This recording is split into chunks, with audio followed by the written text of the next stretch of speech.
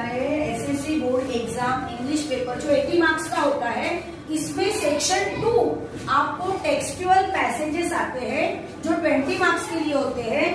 Question number 2A का passage 10 marks के लिए, क्वेश्चन नंबर 2B का पैसेज 10 मार्क्स के लिए। अब हम सॉल्व करेंगे दोनों भी पैसेज किस तरह से हम देखने जा रहे हैं। Question number 2A, read the following passage and do the activities.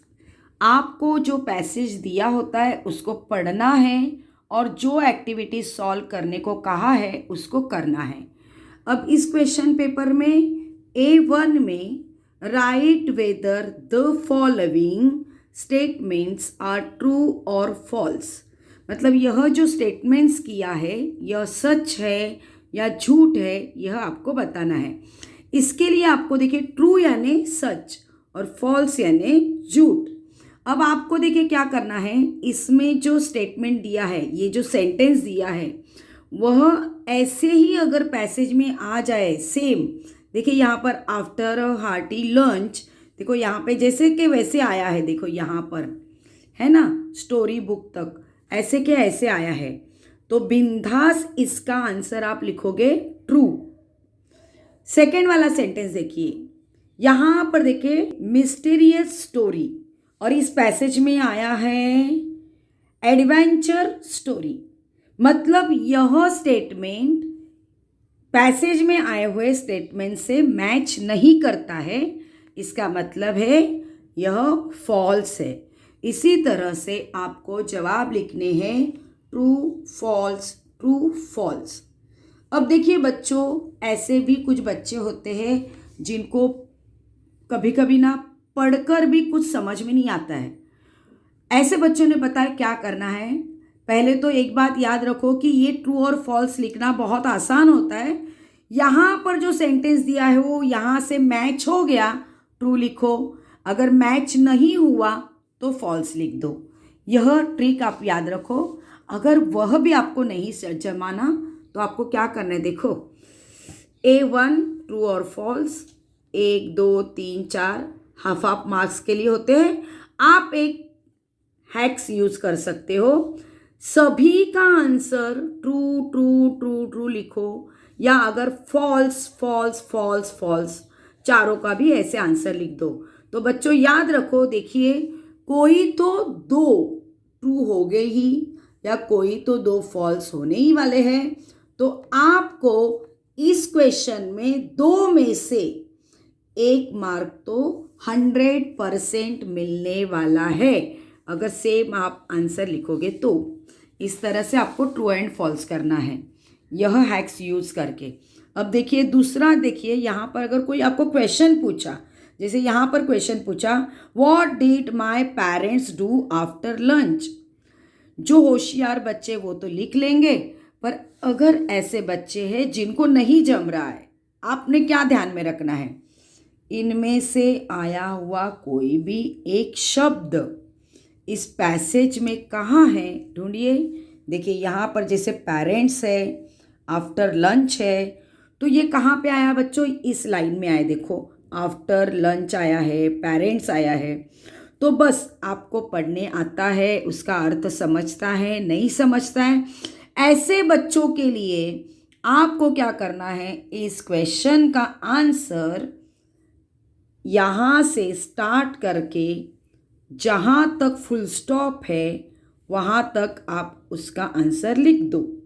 जबकि इसका आंसर देखिए यहाँ तक ही है, यहाँ तक है, पर आपको नहीं समझ में आ रहा है, तो आप सीधा क्या करो, इस फुल स्टॉप से लेके यहाँ के फुल स्टॉप तक आप उसका आंसर लिख दो। अब इसके बाद का बच्चों क्वेश्चन है, देखो वेब्स कंप्लीट करना है।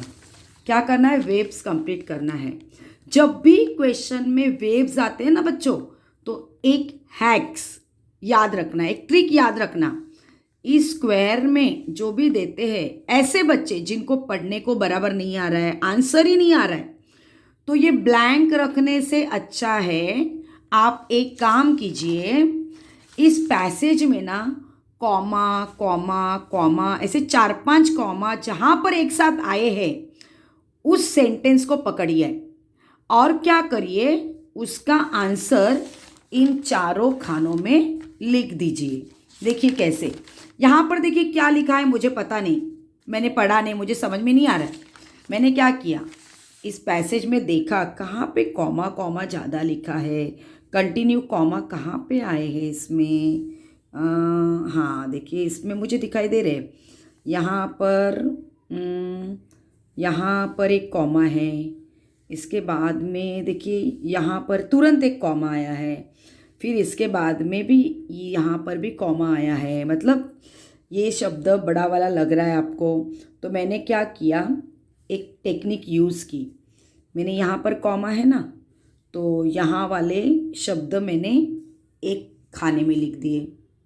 फिर मैंने दूसरे कॉमा वाले जो शब्द है, अब मुझे समझ में आ रहा है इसलिए मैंने इतना ही लिखा। जैसे फैमिली स्नोरिंग लिखा, चर्पिंग ऑफ हाउस स्पैरो लिखा, मैंने लिखा। जिसको नहीं समझ में आ रहा है तो खाली मत छोड़िए, मार्क्स तो मिलेंगे नहीं खाली लिखोगे, कुछ तो लिखोगे तो कुछ तो मार्क्स मिलेंगे। ये 2 मार्क्स के लिए होता है। बस ये लाइन मैंने क्या कर दी, यहाँ पे लिख दी। फिर मैंने कॉमा के बाद की दूसरी लाइन है वो मैंने क्या कर दी, दूसरे कॉमा में लिख दी, यहाँ पर लिख दी, कोई भी कॉमा में लिख दो। फिर जो तीसरा कॉमा के बाद वाला जो तीसरा है यहाँ तक मैंने और तीसरे खाने में लिख दिया, यहाँ पर लिख दिया। फिर मैंने चौथा जो है वो वाला चौथे खाने में लिख दिया। तो बच्चों याद रखो, ऐसे बच्चों के लिए ये टेक्निक है जिनको समझ में नहीं आ रहा है कि इसका आंसर मैं क्या लिखूं। तो ये खाली रखने की बजाय आप क्या करो, इस पैसेज में जहाँ 3-4 बार लगातार कॉमा आए हैं उसको उठाकर इसमें लिख दो, और 101% मैं कॉन्फिडेंटली कह सकती हूँ कि वही उसका आंसर होगा। ये A3 क्या दिया है, नाउन्स, और उसको क्या करना है, डिस्क्राइबिंग वर्ड्स, उसके लिए क्या यूज़ किया है वो हमें ढूंढकर लिखना है। अभी यहाँ पर 1 2 3 4 दिए हैं और ABCD वाइज दिया है। अभी मैंने डायरेक्ट यहाँ पे आंसर लिखा है। आपको देखिए क्या करना है, यहाँ पे पहला था, देखिए यहाँ पे 1 मिनट क्वेश्चन बता दूँ आपको। देखिए यहाँ पर ये वाला क्वेश्चन है, एडवेंचर है, फिर इनमें से कोई भी एक उसको मैच करना है। फिर हार्टी है, इसको भी मैच करना है, यंगर है, मैच करना है। तो इस तरह से देखो क्या करना है। अभी पहला वाला देखो हार्टी है, यहाँ पे देखो एडवेंचर है, एडवेंचर है, यहाँ पे कहाँ दिखाई दे रहा है तुम लोग को एडवेंचर, हाँ देखो यहाँ पे एडवेंचर है, उसके बाद में स्टोरी है। तो बस एडवेंचर के बाद में मैंने क्या किया, मैच किया स्टोरी। इसके बाद में देखिए यहाँ पर क्या है, हार्टी है, हार्टी को देखिए यहाँ पर हार्टी लंच। फिर क्या है, यहाँ पर यंगर है, तो यहाँ पर भी देखिए यंगर सिस्टर। तो इस तरह से ये जो क्वेश्चन है इसको मैंने क्या किया, परफेक्ट मैच किया। पर कभी कभी ऐसा होता है कि बिल्कुल भी आपको समझ में नहीं आ रहा है, तो आपको क्या करना है, सुनो मेरी बात। इसमें अगर अभी ये एडवेंचर स्टोरी ऐसा क्लियर कट आपको दिखाई दे रहा है पैसेज में, इसलिए आपने इसका सही जवाब लिखा।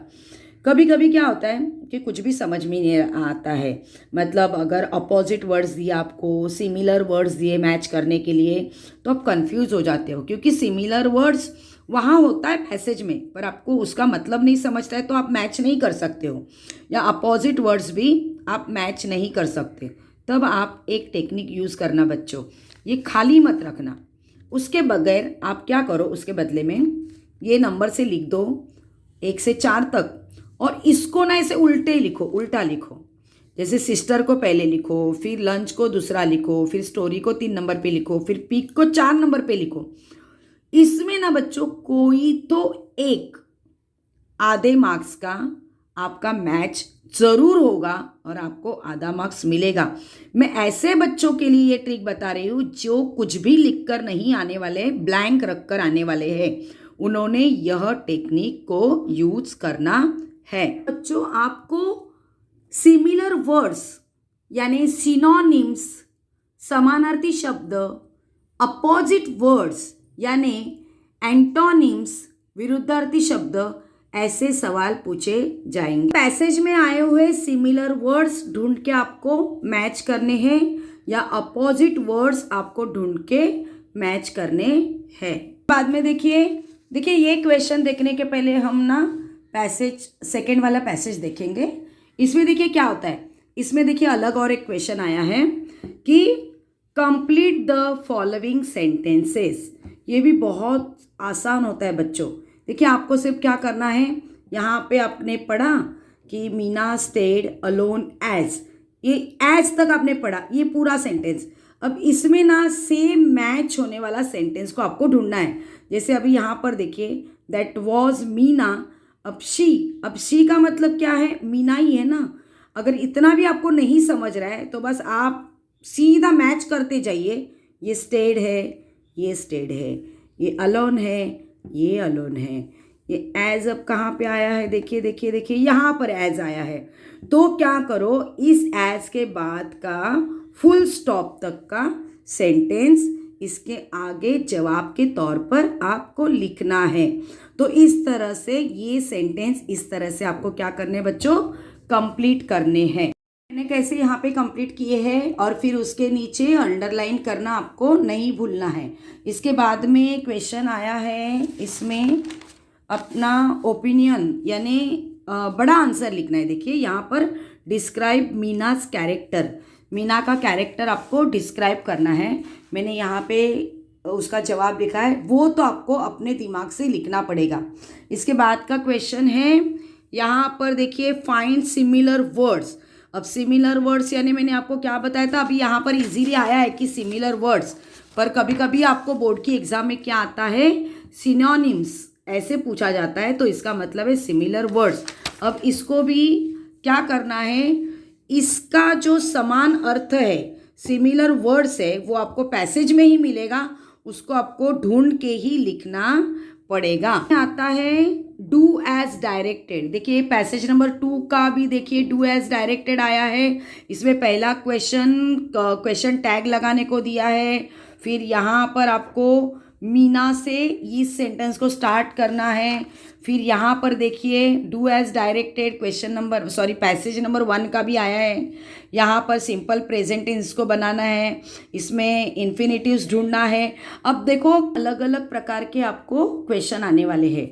अब देखिए हम लोग यहाँ पर देखिए जैसे ये क्वेश्चन दिया है कि rewrite it in simple present tense. तो अभी सभी प्रकार के टेंस मैं आपको यहाँ पर समझाती हूँ। आपको देखिए क्या करना है, सभी प्रकार के टेंस यहाँ देखिए, अगर आपको कहा कि सिंपल प्रेजेंट टेंस बनाइए तो आपको क्या करना है, उस सेंटेंस में V1 रखकर वैसे के वैसे सेंटेंस बनाना है। सिंपल पास्ट टेंस कहा तो V2 लिखकर सेंटेंस वैसे ही बनाना है। सिंपल फ्यूचर टेंस कहा तो विल लगाकर V1 रखना है आपको। जैसे यहाँ पर एक एग्जांपल दिया मैंने, आई ईट मैं खाता हूँ, आई एट मैंने खाया, आई विल ईट मैं खाऊंगा। अब प्रेजेंट कंटिन्यूअस टेंस या प्रेजेंट प्रोग्रेसिव टेंस इसको कहते हैं।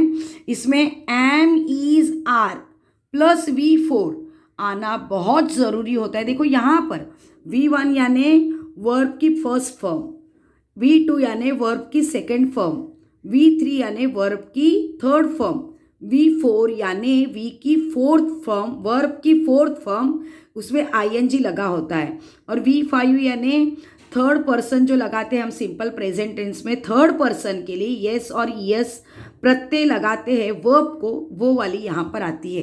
अब आपको देखिए क्या देखना है, अगर कहा मैंने प्रेजेंट कंटिन्यूअस टेंस है तो इसमें M is are plus V4 आना जरूरी है। जैसे आई ईट सिंपल प्रेजेंट टेंस है, इसको अगर मुझे कंटिन्यूअस मतलब प्रेजेंट कंटिन्यूअस करना है तो आई एम ईटिंग या ही इज ईटिंग आएगा। अब अभी इसी को पास्ट कंटिन्यूअस करना है या प्रोग्रेसिव करना है तो वॉज वर उसमें लिखना जरूरी होता है। जैसे I was eating, you were eating, यहाँ पे आएगा यू आर ईटिंग, यहाँ पे आएगा यू वर ईटिंग। अब यहाँ पर फ्यूचर कंटिन्यूअस करना है आपको तो विल बी प्लस V4 होना जरूरी है। इसका होता है आई विल बी ईटिंग। अब उसके बाद में देखिए परफेक्ट टेंस, जो कार्य तुम्हारा पूरा हुआ है, यहाँ पे बताते हैं कार्य शुरू है। देखिए यहाँ पर क्या बताते हैं बच्चों कि हम जो डेली रूटीन के जो कार्य हम करते हैं, जो किए थे या करने वाले हैं वो बताते हैं। यहाँ पर बताया जाता है हमारा कार्य अभी चालू है, यहाँ पे चालू था, यहाँ पर चालू होगा। अब परफेक्ट टेंस में क्या बताते हैं बच्चों कि हमारा कार्य पूरा हुआ है। यहाँ पे पूरा कार्य हुआ है, यहाँ पे पूरा कार्य हुआ था, यहाँ पर पूरा कार्य होगा। तो इसमें देखिए इंपॉर्टेंट क्या है, प्रेजेंट परफेक्ट टेंस में है हैव हैज प्लस V3, यानी ये वर्ब की थर्ड फॉर्म ही परफेक्ट टेंस में आती है, इसको आपको नहीं भूलना है। तो देखिए यहाँ पर I have eaten, he has eaten, मैं खाना खा चुकी हूँ। अब यहाँ पर मैं खाना खा चुकी थी, हैड और V3 आएगा, आई हैड ईटन। मैं खाना खा चुकी होगी, आई विल हैव ईटन।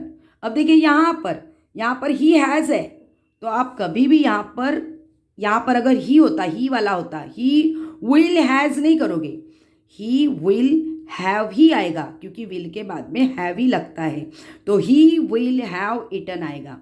अब ये हुआ परफेक्ट टेंस की बात। अब आगे देखिए प्रेजेंट परफेक्ट कंटिन्यूअस टेंस।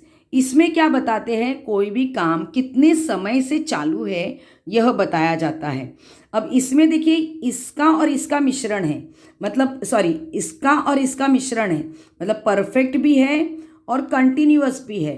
तो परफेक्ट का हम लोग लेते हैं हैव हैज़ प्लस बीन, और यहाँ पर जो V4 है ना कंटिन्यूअस टेंस में, उसको हम यहाँ पर लेते हैं। तो ये सेंटेंस कैसा होगा, देखिए हिंदी में पहले समझ लीजिए कि मैं 2 घंटे से खाना खा रहा हूँ, तो I have been eating for 2 hours। अब यहाँ पे मैं 2 बजे से खाना खा रहा था के लिए हैड आएगा, है के लिए हैव और हैज़ आएगा। अब यहाँ पर देखिए मैंने 2 घंटे से बताया, इसलिए मैंने फॉर यूज़ किया है। अगर आपको परफेक्ट टाइमिंग पता है तो आपको सिंस यूज़ करना है। I had been eating since 2 o'clock, मतलब मैं 2 बजे से खाना खा रहा था। अब यहाँ पर देखिए मैं 1 घंटे से खाना खा रहा होगा, ऐसे बनाना है। I will have been eating for 1 hour। अब सिर्फ बच्चों याद क्या रखो, देखिए यहाँ पर सिंपल प्रेजेंट टेंस बोला है आपको बनाने के लिए, तो बस इसमें ना किसी भी प्रकार का हेल्पिंग वर्ब आपको नहीं लेना है, बस V1। सिंपल पास्ट टेंस कहा, बस V2 लेना है। सिंपल फ्यूचर टेंस कहा, बस यहाँ पर विल कंपलसरी लगाना है। देखो फ्यूचर टेंस में विल ये फ्यूचर टेंस की पहचान है, इसको आना ही आना है, और इसमें V1 आता है। कंटिन्यूस टेंस बोले ना तो प्रेजेंट में एम इज आर, फिर ING वाला V4 आएगा। वॉज वर पास्ट टेंस में क्या आएगा, वॉज वर और ING वाला, विल बी और ING वाला प्रत्यय जो वर्ब्स आता है वो। और भी परफेक्ट टेंस में क्या आएगा, have has V3। Perfect past tense में क्या आएगा, हैड प्लस V3। तो इस तरह से देखिए बच्चों, आपको ये चार्ट ना अच्छी तरह से ध्यान में रखिए, इसका एक स्क्रीनशॉट भी आप निकाल के लीजिए। अब हम लोग देखिए ये सॉल्व करेंगे, या इसमें जो क्वेश्चन आया है ना, देखिए इसको सॉल्व करेंगे। अब यहाँ पे क्या बोला है इन्होंने, I became deeply observe in the book. ठीक है, अब आपको ये पढ़ने आने दो नहीं आने दो, आपको क्या याद रखना है, देखो सिंपल प्रेजेंट टेंस है। ठीक है, तो आपको क्या करना है, यहाँ पर 1 मिनट, मैंने यहाँ पर सॉल्व करके बताया है। देखिए यहाँ पर ये है ना, ये वाला sentence, I became deeply observe in the book, है ना। तो आपको ना ये बिकेम है, बिकेम ये पास्ट टेंस है, तो आपको क्या करना है, इस बिकेम का क्या करना है, बिकम करना है। तो ये पास्ट टेंस है तो ये प्रेजेंट टेंस हो गया, इसमें किसी भी प्रकार का हेल्पिंग वर्ब नहीं है, तो ये कंटिन्यूअस नहीं होता है। इसमें किसी भी प्रकार का V3 नहीं है और हैव हैज हैड नहीं है, तो ये परफेक्ट भी नहीं होगा। Will have been you have been, has been, ऐसे भी कुछ नहीं है तो क्या होगा, ये परफेक्ट कंटिन्यूअस भी नहीं होगा।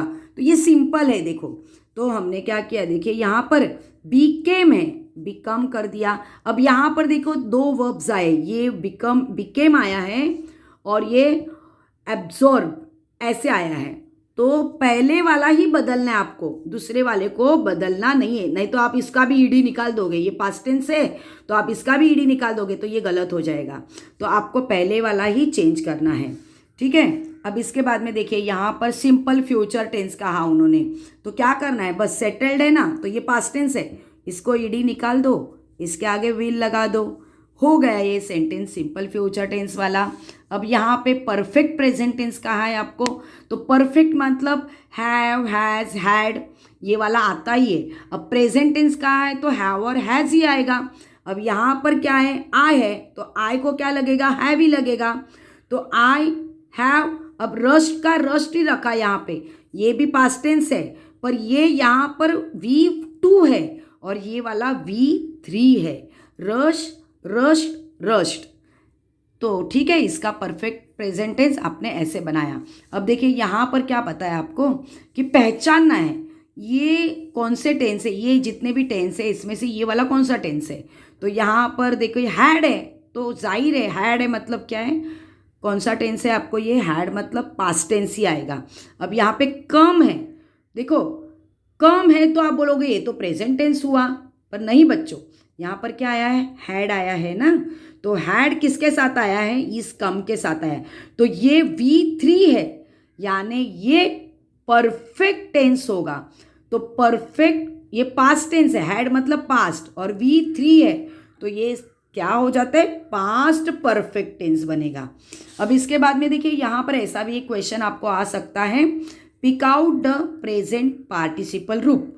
तो आपको देखिए पार्टिसिपल, देखिए यहाँ पर देखिए V1 प्रेजेंट टेंस इसे कहेंगे, V2 को कहेंगे पास्ट टेंस, V3 को कहेंगे पास्ट पार्टिसिपल रूप, V4 को कहेंगे प्रेजेंट पार्टिसिपल रूप। तो V1 present, V2 past, V3 past participle और V4 प्रेजेंट पार्टिसिपल। तो बच्चों यहाँ पे आया स्टेपिंग, तो यह हुआ प्रेजेंट पार्टिसिपल। तो इस तरह से आपको टेंस का प्रॉब्लम इस तरह से आपको देखना है, सॉल्व करना है। इसका मेरा अलग से वीडियो भी है, आप चाहे तो उसे भी देख लेना। नेक्स्ट क्वेश्चन देखिए क्या आया है, अंडरलाइन द इन्फिनिटिव्स। अभी इन्फिनिटिव्स पहचानना बहुत आसान है बच्चों, जिस वर्ब के आगे टू लगता है ना, बस इसको पूरा अंडरलाइन कर दो, यह हो गया आपका इन्फिनिटिव्स। तो इस तरह से इन्फिनिटिव्स पहचानना बहुत आसान होता है। टू होता है और उसके बाद में मेन वर्ब आता है, जैसे to ignore, to eat, to play, इस तरह से आपको इन्फिनिटिव्स पहचानना है। इसके बाद में देखिए आपको इस तरह से क्वेश्चन आ सकता है, यहाँ पर आपको क्वेश्चन टैग लगाना है। बस बच्चों आपको क्या करना है, क्वेश्चन टैग लगाने के लिए इस सेंटेंस को जैसे के वैसे आपको लिखना है, फिर लास्ट में फुल स्टॉप है ना, उसका क्या करना है, आपको कॉमा करना है।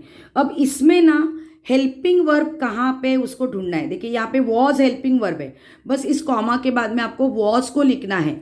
अब इसमें देखिए नॉट है तो आपको यहाँ पे नॉट नहीं लिखना है, और इसके बाद में ये प्रोनाउन जो है ना, इसको यहाँ पे इसके बाद में लिखना है और क्वेश्चन मार्क लिखना है।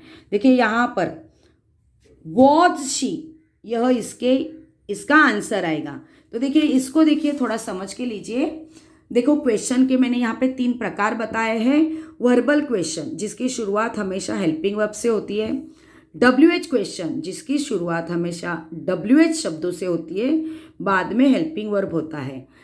क्वेश्चन टैग जो मैंने अभी अभी समझाया, सेंटेंस को जो के त्यों लिखो, उसके बाद में फुल स्टॉप का कॉमा करो, यहाँ पर हेल्पिंग वर्ब लिखो, नॉट है तो नॉट मत लिखना, नॉट नहीं है तो नॉट लिखना, फिर प्रोनाउन लिखकर क्वेश्चन मार्क कंप्लीट कर देना। अब इसको थोड़ा समझ के लीजिए। यहाँ पर ही इज अ स्टूडेंट, इसमें हेल्पिंग वर्ब है इज, तो मैंने इज को सबसे पहले रखा, प्रोनाउन को मैंने बाद में लिखा, फिर पूरा सेंटेंस ऐसे के ऐसे लिखा, तो ये हो गया वर्बल क्वेश्चन। अब WH क्वेश्चन अंडरलाइन किस सेंटेंस के नीचे की है, वर्ड्स के नीचे की है, उसको देखो। अब अ स्टूडेंट है तो ये कौन है ऐसा पूछा गया ना, तो हु इज ही, मैंने WH शब्द यहाँ पर लिया, इसके बाद में ये हेल्पिंग वर्ब यहाँ पर लिया और बाद में मैंने ये प्रोनाउन यहाँ पर लिया। आंसर WH शब्दों में कभी नहीं, WH क्वेश्चन में कभी भी आंसर नहीं लिखा जाता, जबकि वर्बल क्वेश्चन में आंसर भी होता है और क्वेश्चन भी होता है।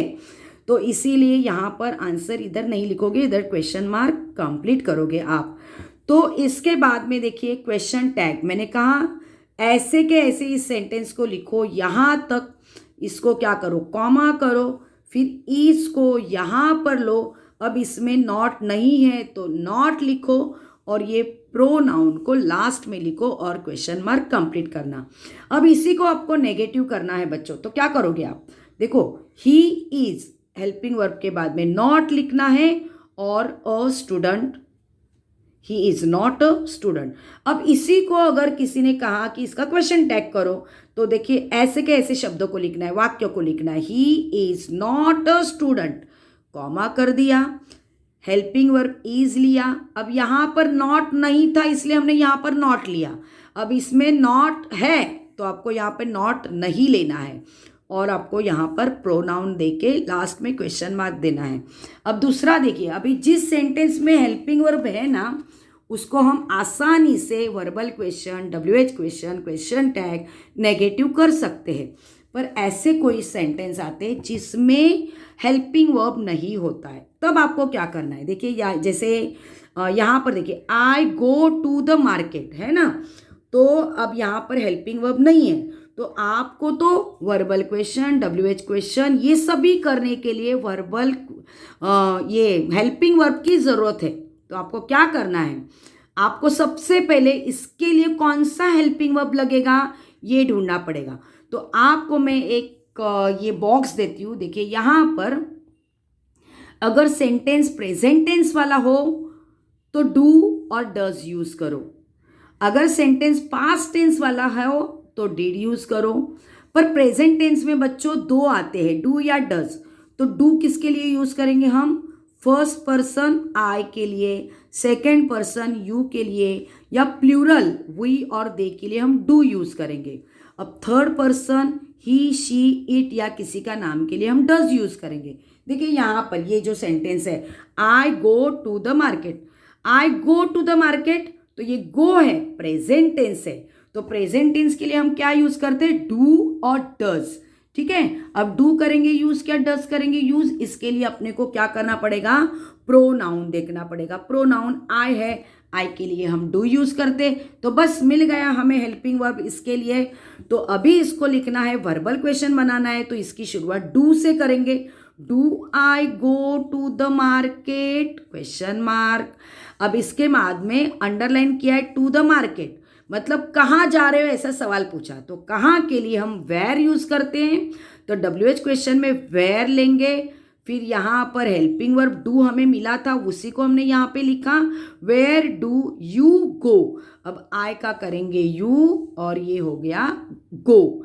इस तरह से आप WH क्वेश्चन उसका तैयार करोगे। इसके बाद में क्वेश्चन टैग, सेम ऐसे ही सेंटेंस को लिखना है, लास्ट में कॉमा करना है। अब यहाँ पर हमें हेल्पिंग वर्ब मिला है डू और अभी यहाँ पे नॉट नहीं है इसलिए डोंट किया हमने, यहाँ पे आई प्रोनाउन किया और क्वेश्चन मार्क दिया। अब यहाँ पे I do not go to the market, यहाँ पर I do not go to the market, यहाँ पर नॉट है इसलिए हमने सिर्फ लिया आई डू आई और क्वेश्चन मार्क दिया। इस तरह से आपको क्या करना है, वर्बल क्वेश्चन बनाने को कहा, WH क्वेश्चन टैग बनाने को कहा, तो इस तरह से आपको लिखना है। बस इस चार्ट को याद रखना जब सेंटेंस में हेल्पिंग वर्ब ना हो तब। अब ये थोड़ा हम लोग सॉल्व करेंगे। देखिए यहाँ पर she simply sat there quietly, ठीक है। अब इनमें से कौन सा टैग हमें यूज करेंगे, इसके लिए हमने क्या किया, यहाँ पर देखिए सिंपली है, सिंपली यह सिंपली नहीं, ये सिंपली के बारे में छोड़ो, यहाँ पे वर्ब क्या है वो ढूंढो। वर्ब है सैट, सैट ये पास्ट टेंस में आता है, तो पास्ट टेंस में अभी इसमें देखिए हेल्पिंग वर्ब नहीं है, एम, इज, आर, वॉज, वर ये नहीं है कुछ भी, तो हम क्या करेंगे, इस चार्ट में से ये तीनों में से कोई भी एक हेल्पिंग वर्ब आपको चुनना है। तो देखिए यहाँ पर तो इजी है, ये सैट है तो पास्ट टेंस है तो डीड आएगा। तो देखिए यहाँ पर अंत में क्या लगाएगा, कॉमा करके डिड। यहाँ पर नॉट नहीं है तो डिडंट आएगा, और शी यानी डिडंट शी। तो यहाँ पर देखिए ये डिडंट शी, ये इसका जवाब होगा। अब यहाँ पर देखिए the young seagull was alone on his lips. अब यहाँ पर देखिए, अभी यहाँ पर वॉज है ना, हेल्पिंग वर्ब है तो ढूंढने की ज़रूरत नहीं, इसमें से कुछ लेने की ज़रूरत नहीं, यहाँ पर ऑलरेडी है वॉज। तो वॉज है, नॉट नहीं है तो नॉट वाला आना ही चाहिए। तो ये देखिए वॉज, इसमें नॉट नहीं है, ये तो डिड का कोई सवाल ही नहीं आता है, वॉज भी है तो वॉज है ना। भले ये पास्ट टेंस है पर यहाँ पे पास्ट टेंस का वॉज आया है, इसीलिए हम ये डिड के बारे में नहीं सोचेंगे। अब यहाँ पर नॉट नहीं है तो नॉट तो यहाँ पे चाहिए, तो वॉजंट ही यही वाला सही होगा। इसके बाद में देखिए मैंने अभी आपको बताया था make negative without changing meaning, ऐसा भी एक क्वेश्चन आता है बच्चों आपको। तो बस आपको क्या करना है, देखिए द बेबी रिमेन मोशनलेस, है ना। तो देखिए यहाँ पर क्या करना है, अभी रिमेन्ड आया है तो ईडी, अब यहाँ पे कोई भी हेल्पिंग वर्ब नहीं आया, तो हेल्पिंग वर्ब नहीं आया तो आपको इस चार्ट की ज़रूरत पड़ेगी। तो ये है पास्ट टेंस वाला शब्द, sorry verb, ED past tense वाला है तो हम क्या यूज़ करेंगे, डिड यूज़ करेंगे। तो यहाँ पे सीधा सीधा अर्थ निकलता है, यहाँ पर डिड यूज़ करेंगे। The baby did not, negative बनाना है ना। अब इसका क्या बताया बच्चों, अर्थ नहीं बदलना चाहिए। तो अब में क्या करना है, ये जैसे ये मोशनलेस का अपोजिट वर्ड से मूव, तो इसका जो भी इधर मतलब वर्ड्स आएगा, इसका अपोजिट वर्ड्स हमें विदाउट चेंजिंग मीनिंग के लिए यूज़ करना है। अब यहाँ मैंने पूरा बनाया sentence, the baby didn't move. बच्चों के यहाँ पर ये रिमेन मैंने यूज़ क्यों नहीं किया, मतलब ये ईडी निकाल के डिड यहाँ पे यूज़ किया है, तो ये ईडी निकाल के रिमेन यहाँ पर आना चाहिए था। The baby didn't remain move ऐसे आना चाहिए था, ऐसे आप कहोगे। पर बच्चों देखो यहाँ पर मूव यह भी एक एक्शन है और रिमेन यह भी एक एक्शन है, तो एक साथ तो दो वर्ब हम लोग नहीं यूज़ कर सकते ना। इसीलिए मैंने क्या किया है, मतलब यही सही है, द बेबी डिडंट मूव, एक ही वर्ब्स यहाँ पर आप लिखोगे। अगर रिमेन मूव ऐसे अगर आप लिखोगे तो ये सेंटेंस गलत कहलाएगा। अब इसके बाद में यहाँ पे क्या बताया है, ये फ्रेम अ क्वेश्चन, ठीक है। तो इसको हम लोग को क्वेश्चन बनाना है। क्वेश्चन बनाने के लिए क्या देते हैं बच्चों, जिसके नीचे अंडरलाइन किया है तो उससे हमें सवाल पूछना है। तो मैंने यहाँ पे क्वेश्चन व्हेन से तैयार किया। अब इसके बाद में हेल्पिंग वर्ब चाहिए तो मैंने ये वॉज यूज़ किया, और ये छोड़ के बाकी पूरा मैंने ऐसे के ऐसे लिखा। तो इस तरह से क्वेश्चन भी तैयार हुआ है। इसके बाद में देखिए ये जो सेंटेंस है इसको हमें ये यहाँ से शुरुआत करनी है। जैसे ये मीना दिया है, मीना से शुरुआत करनी है। तो ये एक्टिव वॉइस पैसिव वॉइस का सेंटेंस है। पर बच्चों आज का ये वीडियो बहुत बड़ा हो रहा है, इसलिए मैं अभी यहीं पे रुकती हूँ। इसके बाद का जो पार्ट 2 का वीडियो है ना, उसमें मैं आपको ये सब देखिए, नॉट ओनली बट ऑल्सो, फिर एज सुन एज, फिर यूज टू, तो इस तरह से ये जो भी है ना मैं अगले सेकंड वीडियो में आपको बताती हूँ। एक्टिव वॉइस पैसिव वॉइस वगैरह ये सब मैं अगले वीडियो में बताऊँगी। तो आज का यह वीडियो मैं यहीं पे ख़त्म करती हूँ। धन्यवाद, आपने मेरा यह वीडियो पूरा देखा। तो बच्चों आपके लिए बहुत इम्पॉर्टेंट वीडियो है, तो आपको क्या करना है, इस वीडियो को लाइक करना है, शेयर करना है, और अब तक मेरे चैनल को आपने सब्सक्राइब नहीं किया हो तो उसे भी सब्सक्राइब कीजिए। धन्यवाद।